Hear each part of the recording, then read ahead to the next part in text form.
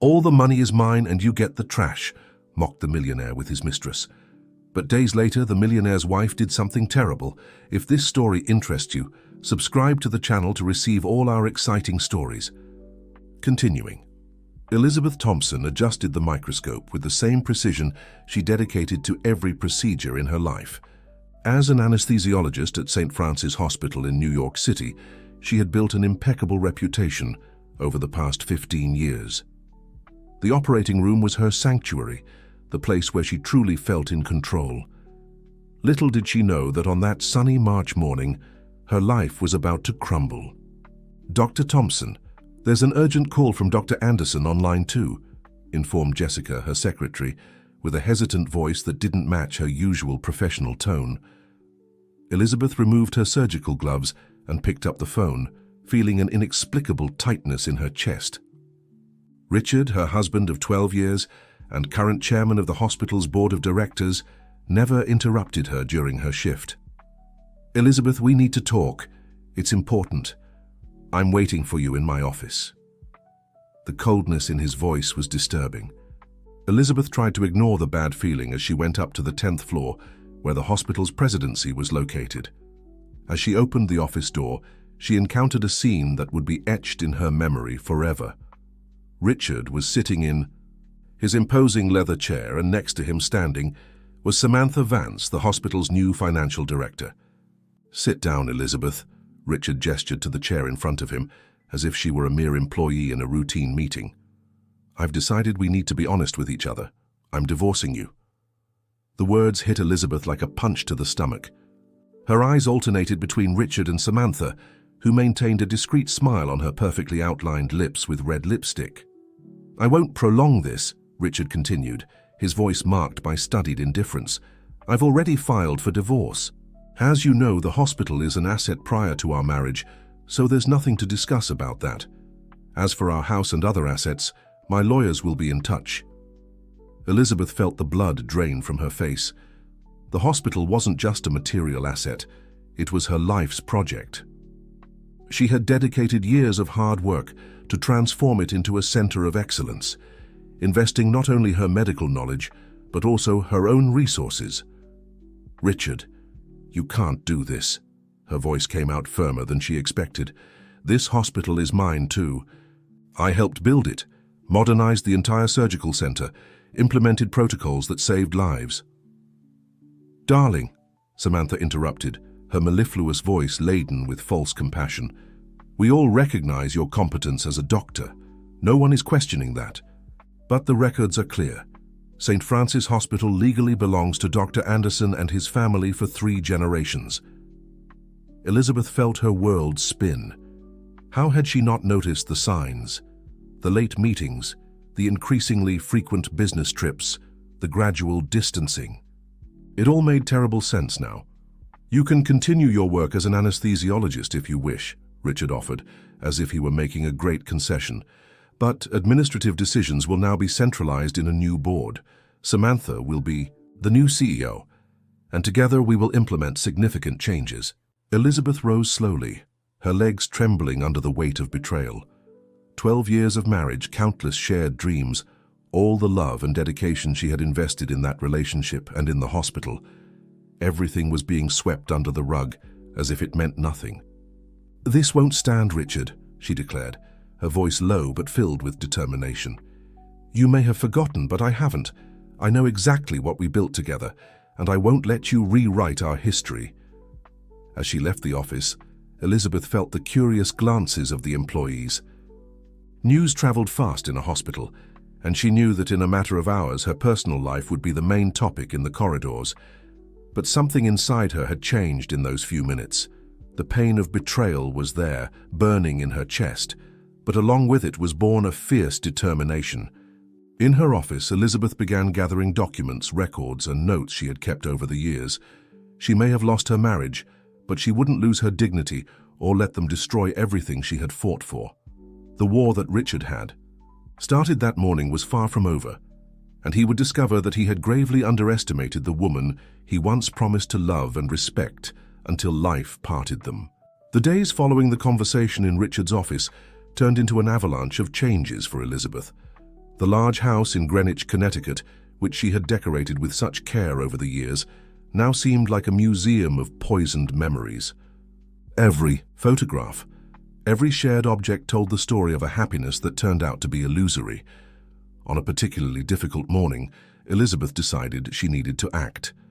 Sitting in her new temporary apartment in Brooklyn, she spread various documents related to the hospital on the living room table. As a meticulous doctor, she always kept detailed records of everything: meetings, investments, renovations, hirings. It will be difficult to prove your effective participation in the hospital's management, warned Mr. David Cohen, her lawyer, while analyzing the papers. Richard has a powerful legal team and is determined to keep you away from administrative control. Elizabeth poured herself another cup of coffee, her eyes focused on a particular folder. For years, David, I wasn't just the owner's wife or a simple employee. I actively participated in every important decision. The modernization of the surgical center was my project. I implemented protocols that became national references. But legally, David began, being interrupted by Elizabeth. Legally, he may have the papers in his favor, but there's something called justice, she declared, her voice firm, and I have proof that my contribution went far beyond the role of a hired doctor. That same afternoon, Elizabeth received an unexpected visit to her office. Sarah Johnson, Richard's former secretary who had recently been fired, seemed nervous as she entered the room. "Dr. Thompson, I need to tell you something important," Sarah began, wringing her hands. "In the last few months, before I was dismissed, I witnessed several irregular situations. Ms. Vance isn't just the new CEO. She's completely transforming the hospital's management, and not in the most ethical way."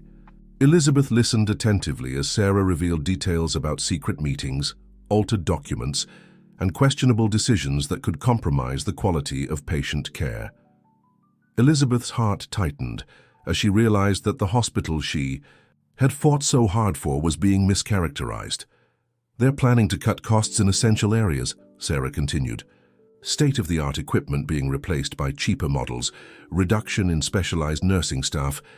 "This is unacceptable," Elizabeth interrupted, her professional indignation overriding her personal pain. "These changes could put lives at risk."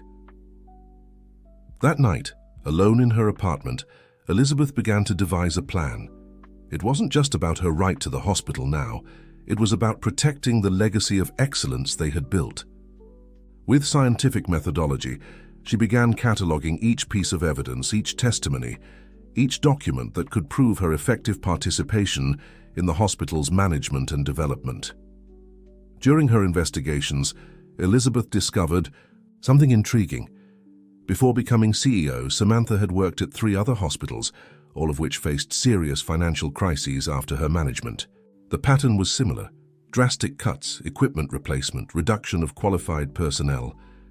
"This can't be a coincidence," Elizabeth muttered to herself, connecting the dots in her mind. A new ally emerged amidst the storm: Dr. Michael Evans, a respected cardiac surgeon and member of the medical board, approached Elizabeth with similar concerns about the ongoing changes. "I can't stay silent watching the hospital lose its essence," Michael confided. "Many of us are worried, Elizabeth. You're not alone in this fight." The conversation with Michael brought not only moral support, but also valuable information. As a board member, he had access to data that Elizabeth couldn't get on her own. Together, they began building a detailed dossier on the current management and its implications for the quality of care. "We need to act intelligently," Elizabeth pondered, organizing the information. "Richard and Samantha have resources and influence, but we have something more valuable: the truth and commitment to quality medicine." Amidst the professional battle, Elizabeth realized she was reclaiming something she had lost in the last years of her marriage: her own voice. With each document analyzed, each ally gained, she felt stronger, more determined. The woman Richard had tried to silence was emerging more resilient than ever. "They may have the power now," Elizabeth said to her reflection in the mirror, "but I have something they will never have: principles, and for them I will fight to the end." At the first divorce hearing, Elizabeth faced not only Richard and his lawyers, but also the weight of a system that seemed to work against her. The law firm hired by her ex-husband was one of the most prestigious in New York, known for representing the city's business elite. "Mrs. Thompson," began Mr. Theodore Maxwell, Richard's lead attorney, "the records clearly show that St. Francis Hospital is an asset prior to the marriage. Moreover, all shares and participations are registered exclusively in our client's name," Elizabeth observed with a mixture of indignation and determination, as Richard remained impassive beside Samantha, who had made a point of attending the hearing. The discreet smile on the new CEO's face was like a small dagger in her pride. "Your Honor," intervened David Cohen, Elizabeth's lawyer, "my client is not just claiming material assets. During the 12 years of marriage, she contributed significantly to the hospital's appreciation and growth. We have documents that prove her fundamental role in various improvements and expansions." It was at this moment that something unexpected happened. Rachel Evans, Dr. Michael's wife and a renowned health journalist, entered the courtroom discreetly. Her presence didn't go unnoticed by Richard, who slightly furrowed his brow. During the hearing's recess, Rachel approached Elizabeth in the courthouse corridor. "We need to talk," the journalist whispered. "I have information that might interest you." In a nearby cafe, Rachel revealed that she had been investigating a series of irregularities in various hospitals in the region. "Elizabeth, the pattern you and Michael discovered isn't isolated. There are other similar cases, all connected to a specific hospital management group." Elizabeth felt a shiver run down her spine. "The same group that Samantha represents?" Rachel nodded. "Exactly. They specialize in taking control of traditional hospitals, implementing drastic changes under the guise of modernization. But the end result is always the same. The quality of care plummets while profits soar." The conversation with Rachel opened new horizons for Elizabeth. It wasn't just her personal battle against Richard, there was something bigger at stake. St. Francis Hospital, with its tradition of medical excellence, was about to become another victim of a larger scheme to dismantle private healthcare. "Need your help, Rachel," Elizabeth decided. "If we can expose these practices, not just the hospital, but the entire healthcare system will benefit." In the days that followed, Elizabeth delved even deeper into her investigation, now with Rachel's support and journalistic experience. Together, they began mapping connections, documenting irregularities, and building a network of allies within the hospital itself. Dr. Michael continued to be a key player, providing crucial information about ongoing changes. "They're pressuring the medical board to approve significant reductions in the specialist staff," he revealed during a secret meeting at Elizabeth's apartment. "The justification is resource optimization, but in practice, they're compromising the quality of care." Samantha's presence at the hospital was becoming more authoritarian every day. Long-standing employees were being replaced by her appointees, and a climate of fear was beginning to settle in the corridors. But not everyone was willing to stay silent. "Dr. Thompson," called Nurse Betty, head nurse for over 2 decades, "you need to see this." In her hands were detailed reports showing significant alterations in safety protocols, changes that could seriously compromise patient care. The circle of support for Elizabeth was growing silently. Doctors, nurses, technicians, all those who had dedicated years of their lives to the hospital and couldn't bear to see it dismantled, began to speak up, providing crucial information and documents. "It's not just about me," Elizabeth reflected, one night organizing all the collected material. "It's about all of us, about what we built together, about the lives that depend on this hospital." The legal battle for divorce continued, but Elizabeth no longer felt alone or powerless. Each new discovery, each ally gained, strengthened her determination.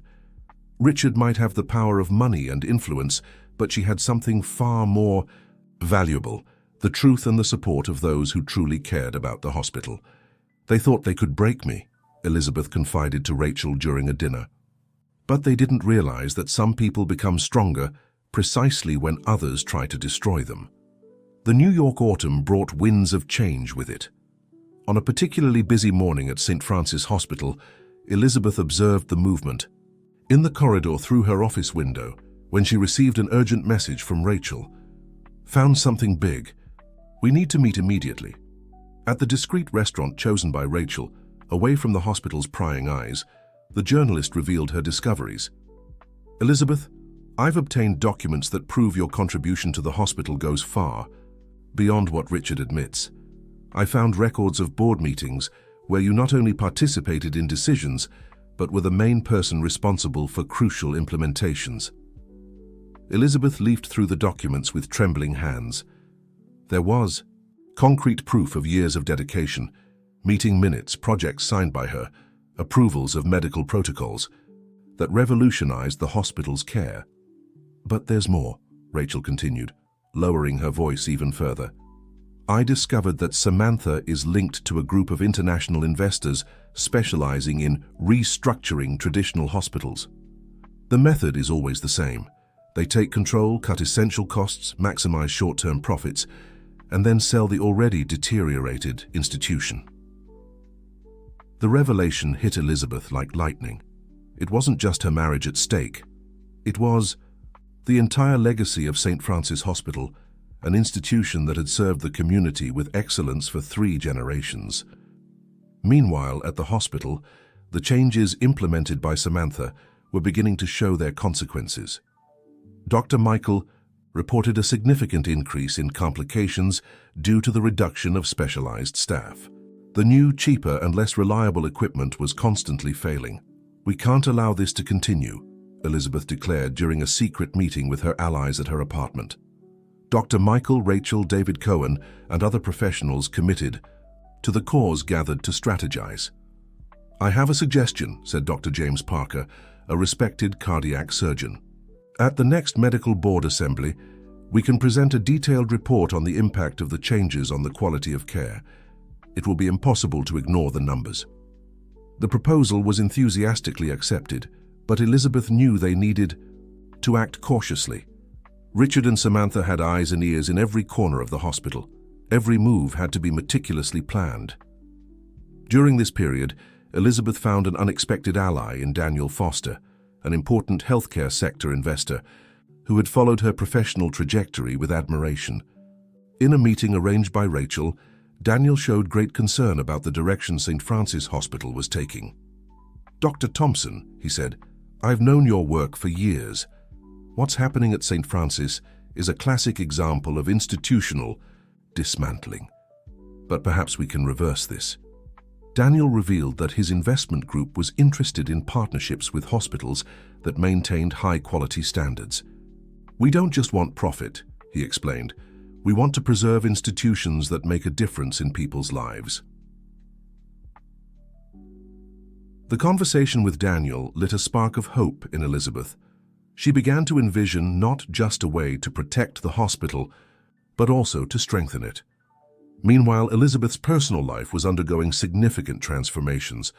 The divorce process, although painful, had awakened in her a strength she didn't know she possessed. Nights of crying gave way to strategic planning. The woman who once found herself betrayed and humiliated was emerging stronger and more determined. You know what's ironic? She commented to Rachel during one of their meetings. Richard always saw me as the dedicated wife, the competent professional who could be controlled. He never imagined I could be his most formidable adversary. The proximity to Daniel, initially strictly professional, began to reveal an unexpected connection. Unlike Richard, Daniel showed genuine respect for Elizabeth's knowledge and dedication to medicine. Their conversations, which started about strategies to save the hospital, often extended to other subjects, revealing an increasingly deep connection. You're extraordinary, Elizabeth, Daniel said during a working dinner.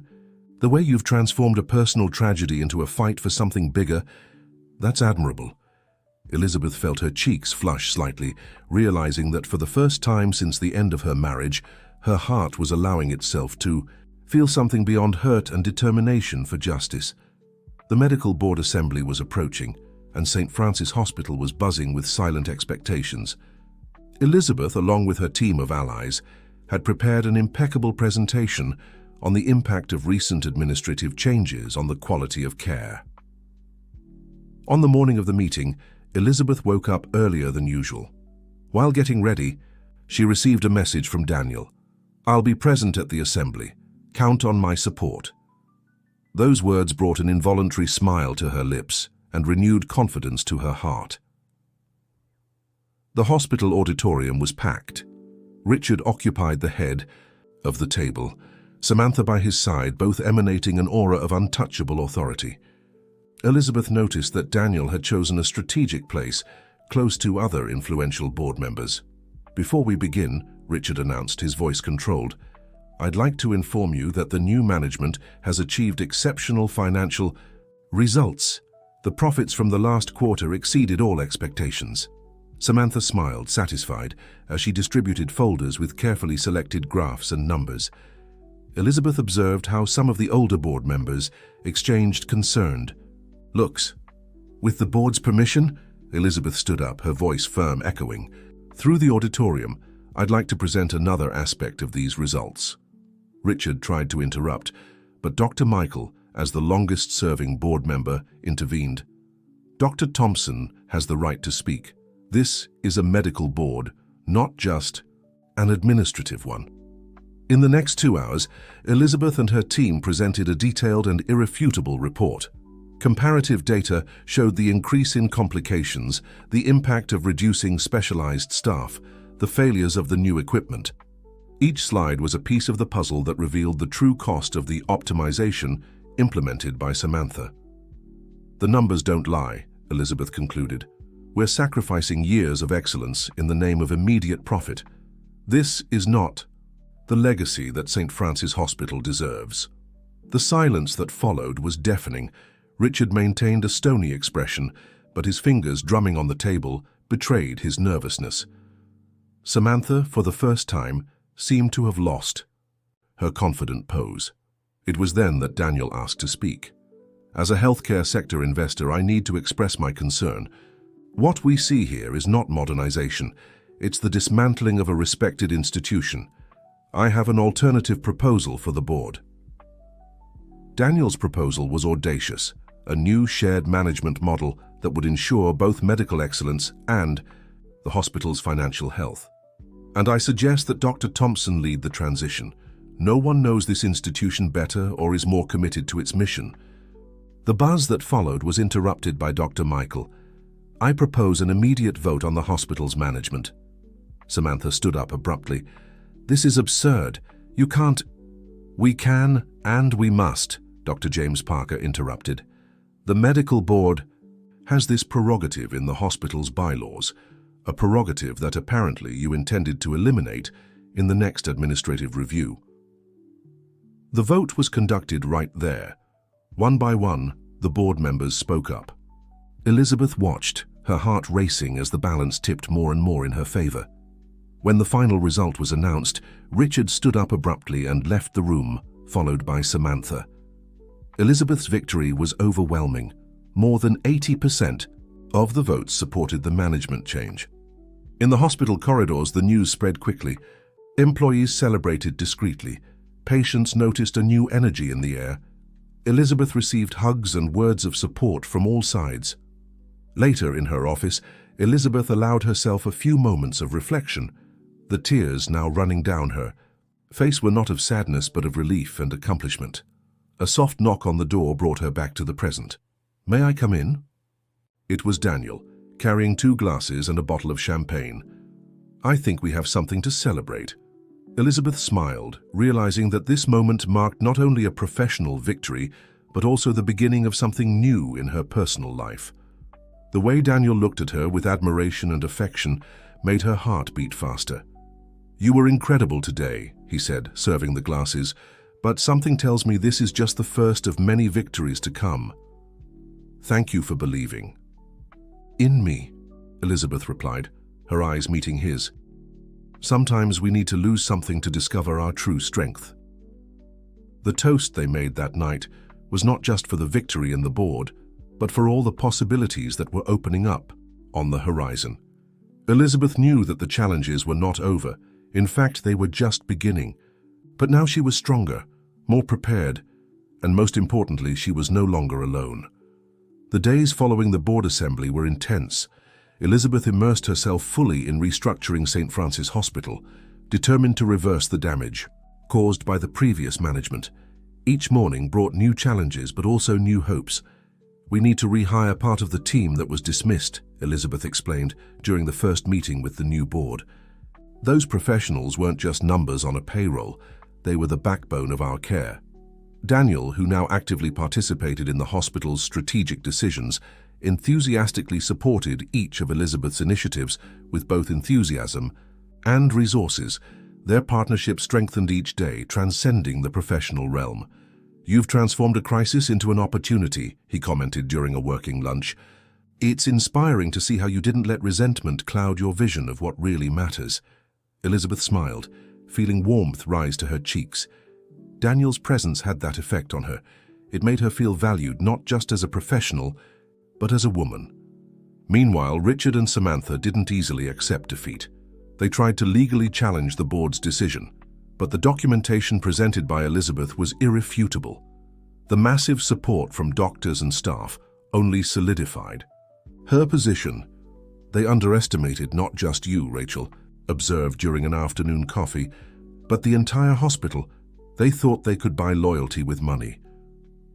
The journalist had become a close friend to Elizabeth, and her ethical and professional coverage of the changes at St. Francis Hospital helped restore the community's trust in the institution.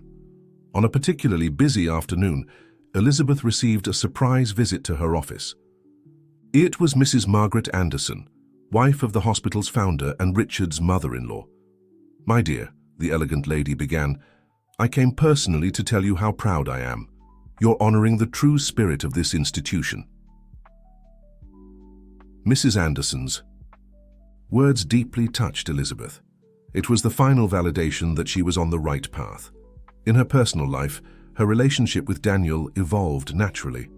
He surprised her one day with a special invitation.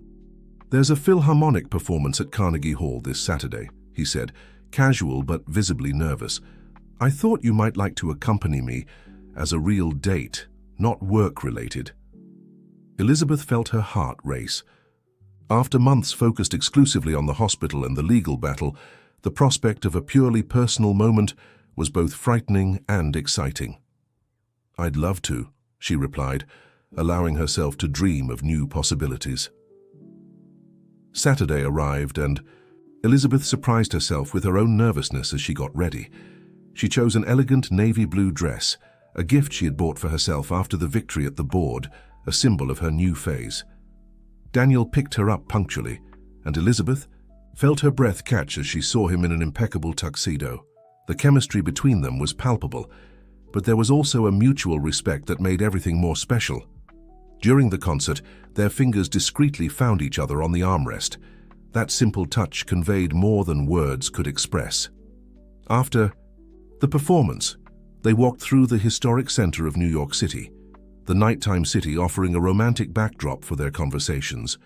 "You know," Daniel began, stopping in front of an illuminated fountain, "when we met, I immediately admired your strength and determination. But now I admire Elizabeth, the incredible woman you are."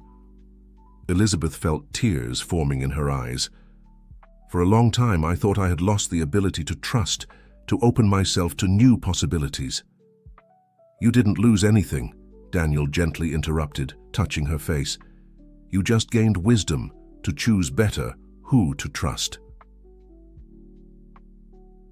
The kiss that followed was soft, laden with promises and possibilities. There, under the city lights, Elizabeth felt that she was finally complete. Not because she needed someone to feel that way, but because she had found someone who valued her exactly as she was. Back at her apartment, Elizabeth couldn't stop smiling. She looked at the photo of St. Francis Hospital on her wall, a gift from her team after the victory at the board, and felt deep gratitude. The crisis that could have destroyed her had in fact paved the way for her true fulfillment, both professionally and personally. "Sometimes we need to lose everything to find what really matters," she murmured to herself, touching her lips, still tingling from the kiss. The phone rang. It was Rachel. Eager for details about the date, Elizabeth laughed, realizing she had much to share. Her life had transformed into something she never imagined possible a few months ago, and she could hardly wait to see what the future held. A particularly busy morning at St. Francis Hospital was interrupted by unexpected news. Elizabeth was in a meeting with the medical team when her secretary hurriedly entered the room. "Dr. Thompson, you need to see this urgently," she said, handing over a folder with documents just arrived from the courthouse. As she opened the folder, Elizabeth felt her blood run cold. Richard had filed a new lawsuit, this time questioning not only the medical board's decision, but also her management capability. The document was full of accusations about supposed administrative irregularities during her previous tenure as medical director. "He's trying to professionally disqualify me," Elizabeth explained to Daniel during an emergency lunch in her office. "The accusations are absurd, but they can cause irreparable damage to my reputation." Daniel frowned as he analyzed the documents. "This isn't just retaliation, Elizabeth. It's a calculated strategy. Look at the dates mentioned. They're all from periods when you were focused on the surgical center, while Richard and Samantha controlled the administrative part." Rachel, who had been called in urgently, added, "They're trying to transfer the responsibility for their own actions to you. It's a low tactic but clever." News of the accusations spread quickly through the hospital, generating a wave of concern among staff and doctors. Elizabeth noticed hesitant looks and whispered conversations in the corridors. "We can't let this shake the confidence we've regained," she declared during an emergency meeting with the board. "Each accusation will be answered with transparency and truth." Dr. Michael, who had remained silent until then, stood up with a document in hand. "Elizabeth, I found something that might help us. These are old hospital records from when your father-in-law was still alive. There are letters from him specifically mentioning your contribution to the hospital's development." The letters were a historical treasure. In them, the former director praised not only Elizabeth's medical competence, but also her administrative vision and commitment to the hospital's excellence. "My husband always said you were the future of St. Francis," revealed Mrs. Anderson, who had become a key ally. Richard never fully accepted that. Perhaps that's why he got close to someone like Samantha, who promised quick results without caring about the hospital's legacy. While the legal team prepared the defense, Elizabeth immersed herself in a thorough investigation of her own management. Every document, every decision, every investment was reviewed and documented. "You're not alone in this fight," Daniel assured during a particularly difficult moment. He had cancelled an important trip to be by her side. "We'll face this together." The intimacy between them had grown naturally, strengthened by adversity. Amidst the professional turbulence, Elizabeth found in Daniel a safe harbor, someone who understood her in both her moments of strength and vulnerability. One night, after a particularly exhausting day of preparation for the defense, Daniel surprised her with an improvised dinner in her office. "You need to eat properly," he said, setting the table with care, "and you also need a moment to breathe." During dinner, they talked about the future, about dreams that went beyond the current crisis. Elizabeth realized that despite the difficulties, she felt more alive and fulfilled than ever. "You know what's ironic?" she commented, playing with her wine glass. "Richard tried to destroy me, but each of his attacks only made me stronger, more determined." Daniel held her hand across the table. "You're extraordinary, Elizabeth, not just for your professional competence, but for your ability to transform challenges into opportunities for growth." The moment was interrupted by an urgent call from Rachel. "Elizabeth, I discovered something important about Samantha. She's not acting alone. There's a larger group behind these actions, and they have a concerning history with other hospitals." Rachel's revelation opened a new front of investigation. It wasn't just a personal battle between Elizabeth and Richard. There were larger interests at stake, threatening not only St. Francis Hospital, but the entire private healthcare system. "We need to act intelligently," Elizabeth pondered, her strategic spirit overcoming fatigue. "If we can expose the complete plan, we not only defend ourselves but protect other healthcare institutions." That night, in Daniel's arms in her apartment, Elizabeth allowed herself a moment of vulnerability. "Sometimes I wonder if so much sacrifice is worth it." "It's worth it because it's who you are," he replied, gently kissing her forehead. A woman who fights not just for herself, but for something greater. And that's why I fell in love with you." Daniel's words warmed her heart. Amidst the brewing storm, Elizabeth was certain of one thing. This time she was prepared to face any challenge, not just because of the strength of her character, but because of the love and support that surrounded her. The day of the preliminary hearing on Richard's accusations arrived sooner than Elizabeth expected. The courthouse was bustling that morning, with journalists clustered at the entrance. The story of St. Francis Hospital had become a matter of public interest. Elizabeth arrived accompanied by Daniel, Rachel, and her legal team. Her face conveyed serenity, but inside her heart was racing. Across the hallway she spotted Richard and Samantha, both emanating a confidence she knew was superficial. "I have something to show before we go in," Rachel whispered, pulling Elizabeth and Daniel into a reserved room.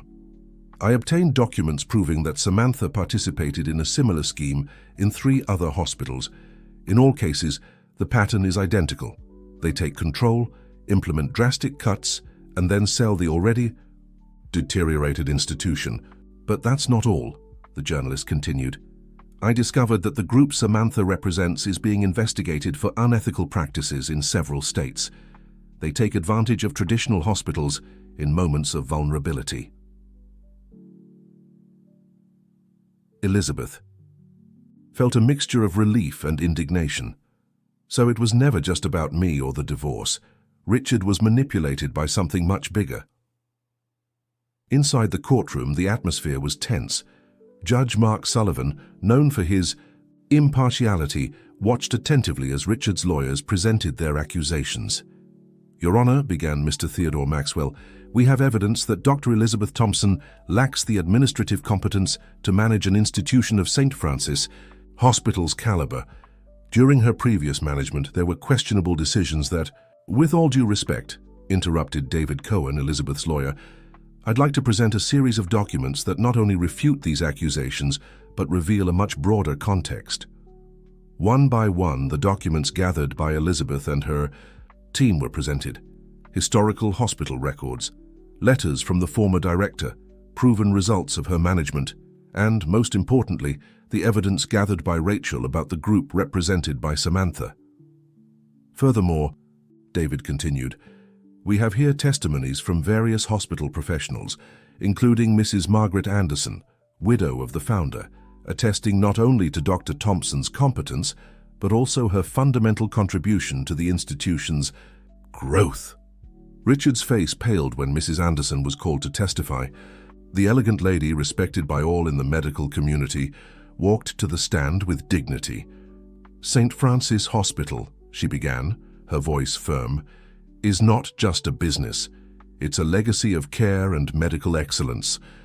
My husband saw in Elizabeth not just a competent professional, but someone who shared his values and vision. The accusations against her are not only unfounded, but represent an attempt to destroy everything we've built." During the hearing's recess, Elizabeth observed a heated discussion between Richard and Samantha in the hallway. For the first time, she saw doubt on her ex-husband's face. "He's beginning to realize he was used," Daniel commented, not leaving Elizabeth's side. "Sometimes people only see the truth when it's too late." The hearing resumed with a surprise. Richard asked to speak. "Your Honor," he began, his voice betraying unusual nervousness, "I'd like to withdraw the accusations against Dr. Elizabeth Thompson. I was led to make decisions based on incomplete and manipulated information." A murmur swept through the room. Samantha stood up abruptly but was restrained by her lawyers. The judge called for silence with a tap of his gavel. "Furthermore," Richard continued, "I'd like to present documents that prove attempts to manipulate the hospital's administrative records during Ms. Vance's management." The rest of the hearing unfolded like a whirlwind. Richard's revelations, combined with the evidence already presented, painted a clear picture of the situation.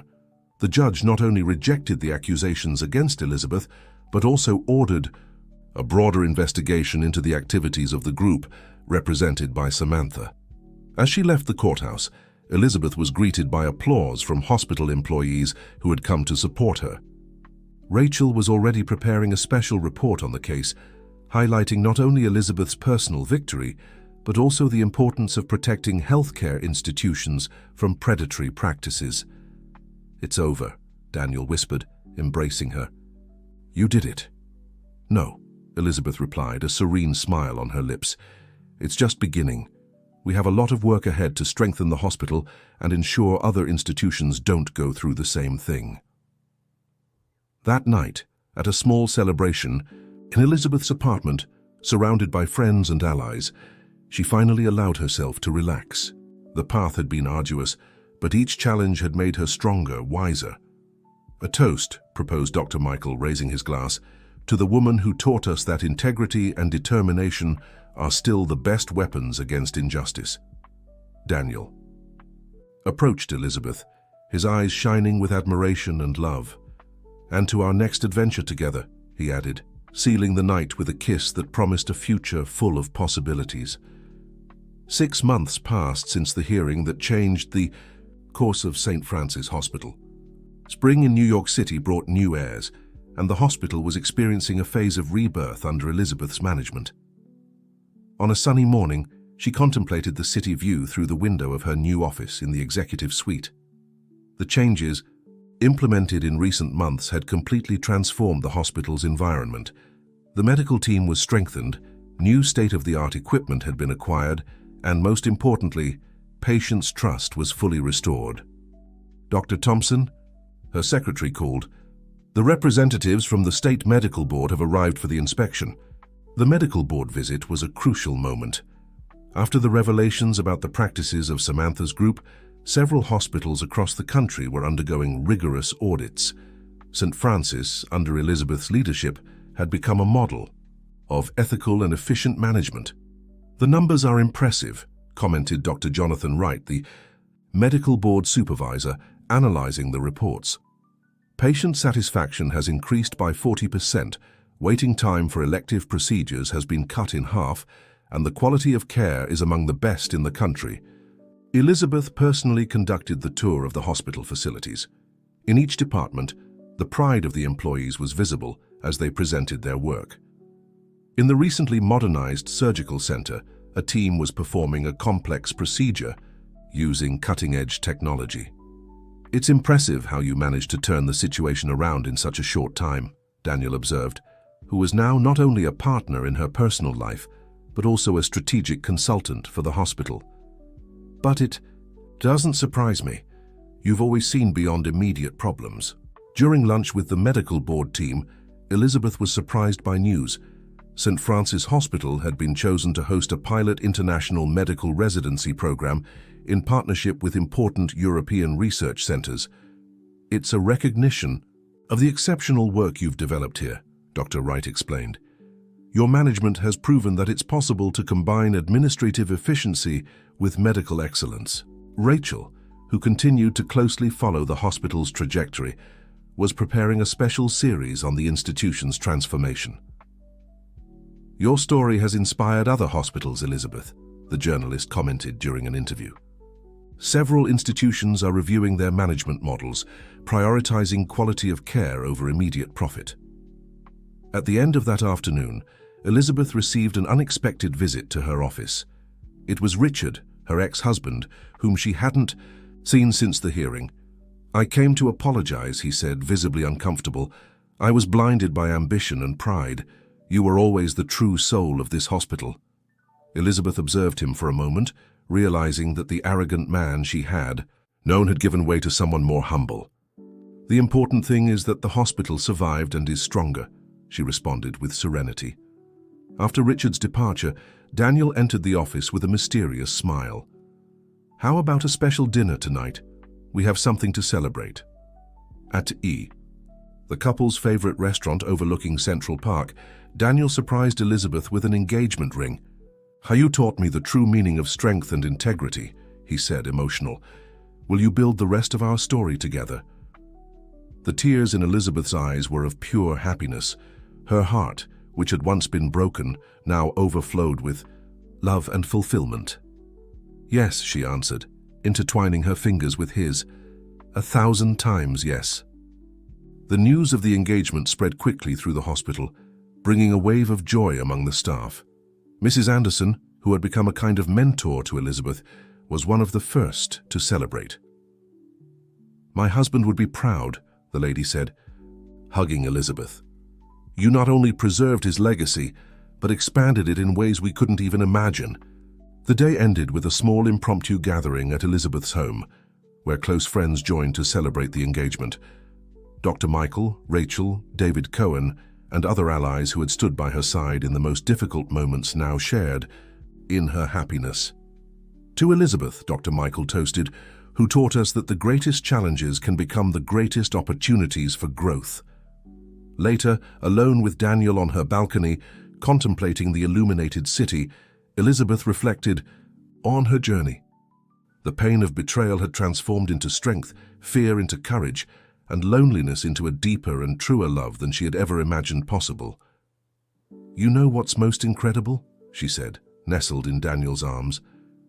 "I discovered that sometimes we need to lose everything to find who we really are." Daniel gently kissed her forehead.